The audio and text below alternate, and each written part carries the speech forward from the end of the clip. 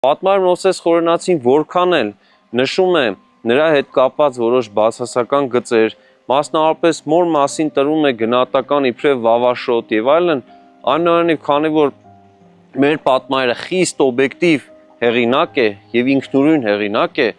նա շարադրում է Երվան 4-րդի գործերը եւ այդ գործերը ընթերցող մարդը հասկանում է, որ գործ ունի շինարար եւ երկրի պաշտպանության համար պատրաստ անձնավորության հետ։ Երվան 4-րդ վերջինը հիմնել է Երվանդաշատ մայրաքաղաքը,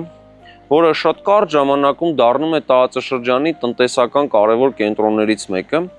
եւ նրա հիմնած քաղաքներից իհարկե առանձնահատուկ կարևորություն ունի Բագարանը։ Այն հիմնվում էր իբրև քաղաք սրբավայր, որտեղ պետք է իր եղբայրը Երվազը քրմապետ լիներ, բայց հետագայում այս քաղաքը բացառիկ նշանակություն է ունենում հայոց պատմության մեջ եւ արդեն 1000 տարի անց դառնում է Հայաստանի քաղաքական կենտրոնը։ 9-րդ դարի սկզբին Աշոտ Մսակեր Բագրատունին հենց այս տեղն է դարձնում իր համար մշտական նստավայր եւ երբ որ Բագրատունյաց Հայաստանը արդեն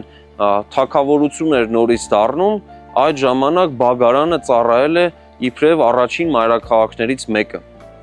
Այս առումով իհարկե Բագարանը թե նախաքրիստոնեական եւ թե քրիստոնեական ժամանակաշրջանում առանցքային կարևորություն ունեցող քաղաքներից էր, որ գտնվում էր Հայաստանի աշխարհագրական սրտում։